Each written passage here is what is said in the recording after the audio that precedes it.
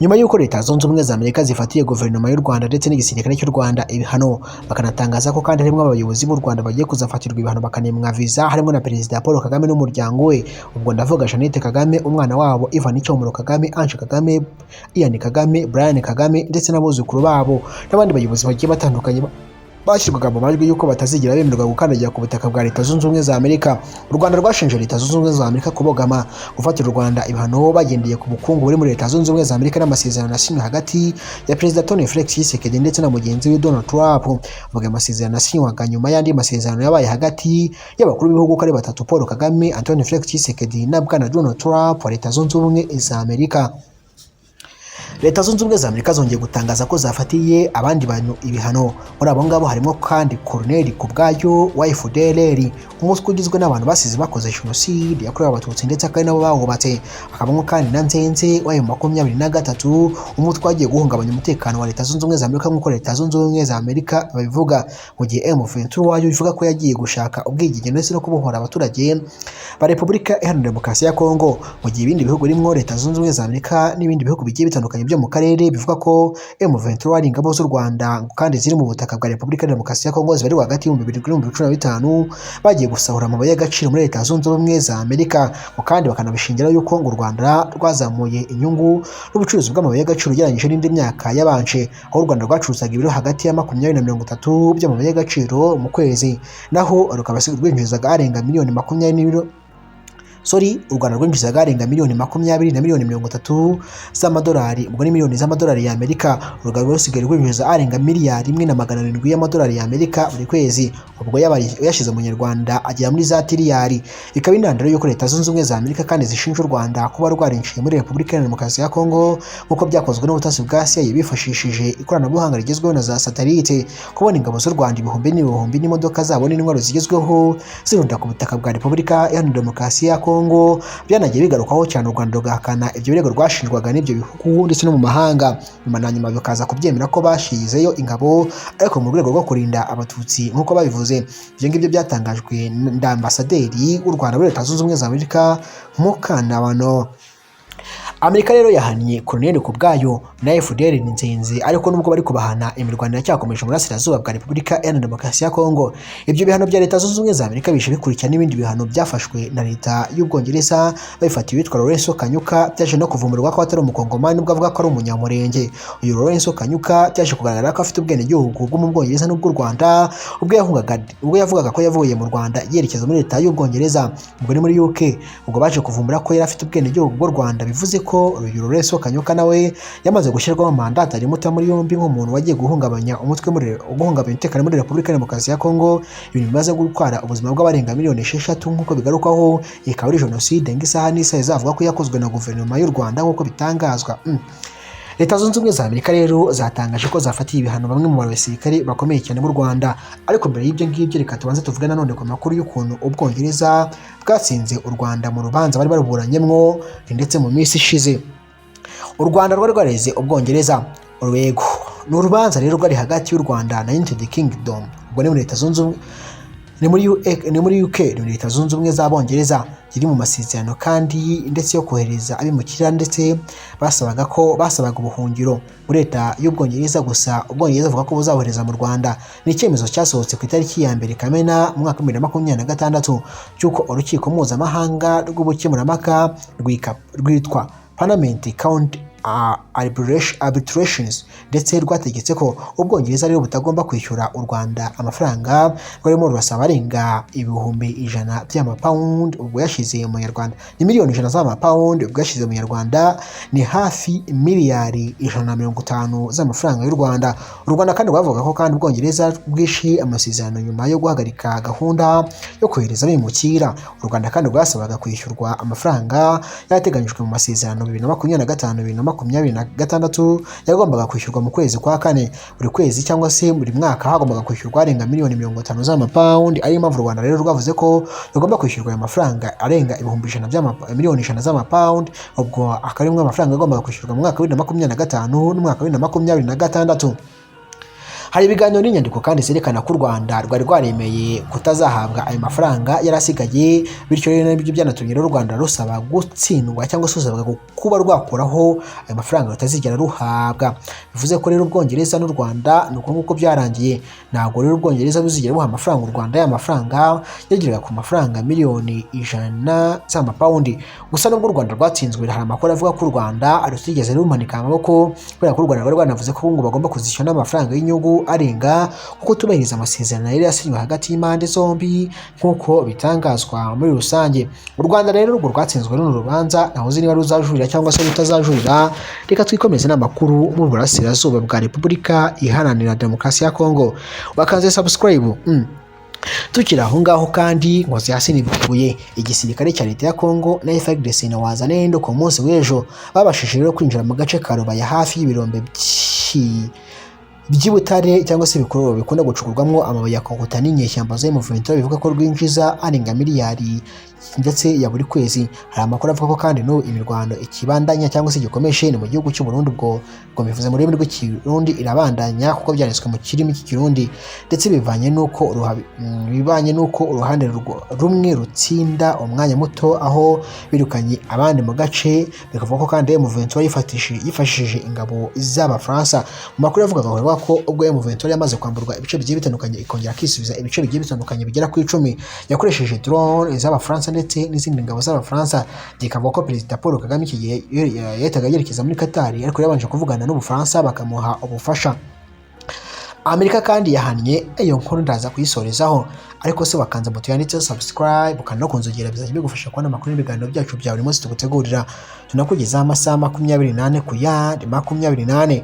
Reka tubanze tuvuye kuri iyo nkuru. Ndavuga iyo nkuru y'ukuntu M23 yabanje kwambura ibice 10, ibyo bice yari byambuye Wazalendo ndetse n'aba FARDC. Tukumve ngo n'ibyo bice ni ibihe, ubundi dukomeze n'amakuru yacu. Ibyo bice rero M23 yari yambuye inyeshyamba za FARDC, yari yambuye ingabo za FARDC, akaba ari ingabo za leta ya Repubulika Demokarasi ya Kongo n'abaturage bishize hamwe, ubwo naba Wazalendo ngo barwanire igihugu cyabo nk'uko bivugwa mu nyandiko zanditswe n'igitangazamakuru BBC. Bavuga ko bambuwe uduce tugera nko muri Gasenyi, Bukinanyana, Bushiha, Bukumbiriri, Nkokwe, Runigi, Karunga, Nyakigano, Miruta, Musheberi ndetse na Kavota. Ibyo bice byose M23 yabyambuye gusa ngo yifashishijwe drone z'Abafaransa, usibye ko n'Abafaransa ubu ngo bavuga ibyo bambaye muri Repubulika Demokarasi ya Kongo, biravuga ko bahise basubira inyuma birukanka cyane. Kandi none ngo FARDC ifashije drone yitwa Baba Yaga. Iyo drone kandi yakozwe n'igihugu cya Ukraine. Biravuga ko mu gihe rero imirwano ikaze cyane ikomeje hagati ya FC23 y'ingabo za leta ya FARDC hamwe n'abafatanya bikorwa bazo ingabo z'u Burundi ndetse na Wazalendo, harimo harakoreshwa drone yaturutse mu gihugu cya Ukraine yitwa Baba Yaga. Uruhande rwa FC23 ndirisuba kuvuga ko ingabo za leta zikoresha drone mu kurasa ubumenyi kandi mu basivile mu duce dutandukanye two mu ntara ya Kivu y'Amajyepfo. Ingabo za leta nazo zikavuga ko M23 igiye kurasa itashonshora, gutyo rero ngo intambara itagibura kabakajurite. Mu ijoro ryo kuwa gatandatu rishira ku cyumweru aho gishize muri centre ya Rubaya witeye twari ya Masisi ndetse no muri Rutsuru habwe ibitero byakozwe na drone nk'uko FC23 ibivuga. Ku cyumweru nabwo rero mu masaha yo ku mugoroba ngo drone rero yarashe ku kibuga cy'indege cya Kisangani gikoreshejwe na leta Kisangani gikoreshwa na leta ya Kongo mu kugaba ibitero kuri FC23. Amakuru avuga ko kandi icyo gitero cyari kigambiriye gusenya ibiro bikoreshwa ndetse mu kugaba ibitero bya drone n'ubwoko butandukanye, ndetse by'umwihariko kurimura izizwi nka Baba Yaga zaguzwe muri Ukraine. Usibye ko ibyo bitagezweho, babashije gusenya radar yahaga amakuru izo drone. Icyo gitero kandi cyemejwe na guverineri w'intara ya Tishopo witwa Pauline Landongolia Lababonga, uvuze ko kandi icyo kibuga cy'indege cya Kisangani cyarashweho bombe 9 n'umwanzi wabo. Amakuru yagera ku Museke avuga ko kandi cyaguyemwo amashoro itadi umubirigi kandi wari ushinzwe guhagurutsa drone ndetse n'uwitwa Adjudant Chef nawe rero wari umubirigi bakoranaga. Icyo gitero kandi cyasenye intwaro zo kurinda ikirere ndetse zirimo Zu 23-2 na Zu 23-4 Shirika ifite radari zari ziri kuri icyo kibuga cy'indege. Abahanga rero mu bya gisirikare bavuga ko kandi leta ya Kinshasa ikomeje rero gushora agatubutse mu bihugu bitandukanye birimo Turkiya yaguzemwo iyitwa ngo ni Bayraktar TB2, mu Bushinwa yaguze CH-4 ariyo bita Baba Yaga. Yaguze CH-4 indege ikunda gukoreshwa cyane mu bitero itwara ibiro biremereye cyane by'ibisasu, ndetse na muri Ukraine yaguze yitwa Baba Yaga.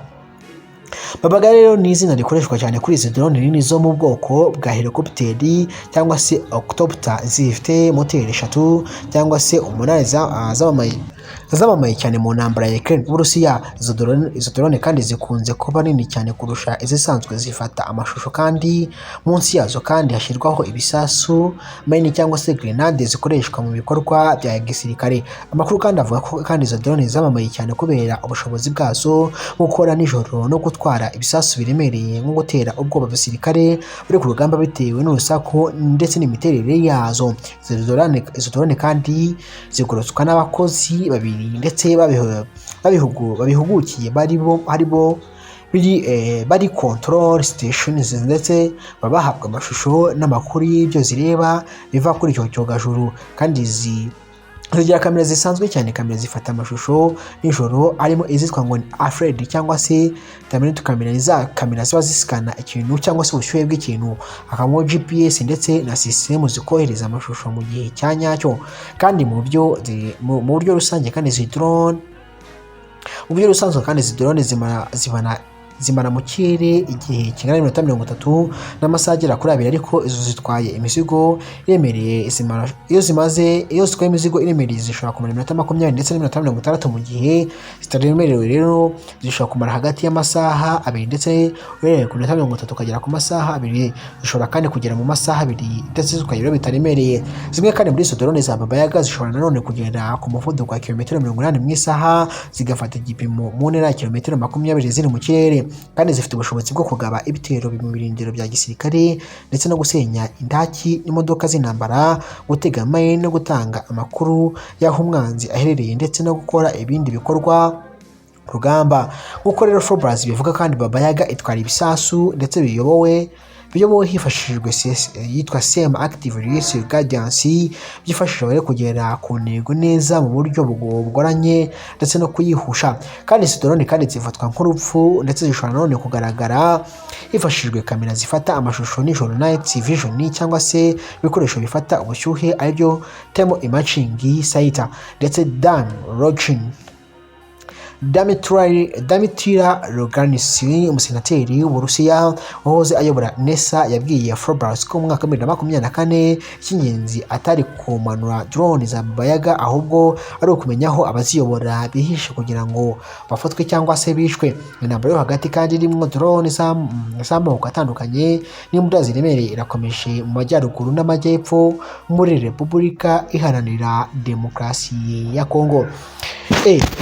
Nyaboneka uze kugenda urakanze subscribe, reka tugaruke ku mateka cyangwa se ku byatumye Leta Zunze Ubumwe za Amerika zifatira abayobozi babiri ibihano nyuma yo gufatira ibihano abayobozi b'u Rwanda aribo Retired General James Kabarebe wafatiwe ibihano ku itariki 20 Gashyantare 2025, witwa Lucky Karusisi, Mubaraka Muganga, Stanislas Gashugi ndetse na Vincent Nyakarundi, no gutangaza ko bamwe mu bayobozi b'u Rwanda batemerewe kuzakandagira ku butaka bwa Leta Zunze Ubumwe za Amerika by'iteka ryose. Muri abayobozi rero bafatiwe ibihano harimo witwa Kubwayo, ni Colonel Kubwayo, akaba ari umunyarwanda ariko nanone ukorera cyangwa se ufatanya na FDLR mu guhangana na Leta y'u Rwanda, dore ko uyu ayoboye umutwe w'iterabwoba wa FDLR ndetse wahoze urwanya ubutegetsi bw'u Rwanda no mu naka kanya uhereye kuva batsindwa rugamba mu 1994, bakari bamwe mu barokotse n'ubundi n'ibitero by'igihumbi 1998 ubwo RPF Inkotanyi mwaka w'igihumbi kimwe magana cyenda mirongo icyenda na gatandatu ubwo RPF Inkotanyi yatangizaga ibitero muri Repubulika Demokarasi ya Kongo ifatanyije n'itwaga Desire Kabila Kabila na wese wa Joseph Kabila akaba kandi wafatiwe n'undi bihano akaba Nyanzenzo M23. Leta Zunze Ubumwe za Amerika rero zatangaje ko zafatiye ibihano bamwe mu basirikare bakomeye cyane mu mutwe wa FC23 ndetse n'umutwe w'ubunyeshyamba FDLR. Ndetse itangazo rya Minisitiri ushinzwe imari ya Amerika rivuga ko kandi icyo gihugu cyafashe icyemezo cyo gufatira ibihano Colonel Gustave Kubwayo, umwe rero mu basirikare bakuru bo mu butasi bwa FDLR, ndetse na Colonel John Imani Nzenze ukuriye ubutasi n'ibikorwa bya M23. Bitangazwa Amerika kandi ishinja Colonel Gustave Kubwayo ibyaha byibasiye abasivile, gukoresha abana mu ntambara, gufata abagore ku ngufu ndetse no kurasa ibisasu ku Rwanda byakomeje guhungabanya umutekano warwo. Gashinja kandi M23 gufasha umutwe wa M23 kugaba itera muri Repubulika Demokarasi ya Kongo, kwica abantu ndetse no kwibasira ndetse abana, gufata ku ngufu ndetse n'ibyaha byibasiye nyoko muntu n'ibindi birimo guhungabanya umutekano wa Repubulika Iharanira Demokarasi ya Kongo. Inatsi y'iki kino kiganiro cyo kuri uyu munsi wa none, Nyagasani mundagaze ibyo kurya, amafaranga ndetse n'ubuzima buzima, naho ngiye mwumva nitwa Olivier, yitwa Exafu Info News. Tuze gusubira n'andi makuru akurikiyeho mu kandi kanya. Ciao. Dusanga no ku zindi mbuga nkoranyambaga zigiye zitandukanye: Instagram, Facebook, X yahoze ari Twitter n'ahandi hagiye hatandukanye. Hose ni kuri Exafu Info News. Like, comment nk'ibitekerezo byanyu, sabone cyangwa subscribe biremeza ko uzajya ubana natwe by'iteka ryose. Share ku bandi bantu bakeneye kumva amakuru nk'ayanganyenzi kandi amakuru aza neza atabogamiye ku ruhande urwo rwose. Ntabwo ndi umufana, ahubwo ndi umunyamakuru gukunyeza amakuru mu buryo bwiza kandi busesenguye no gutegurira ibiganiro bikuryoheye kandi bikunyuriye amatwi. Nyagasani abarinde. Ciao.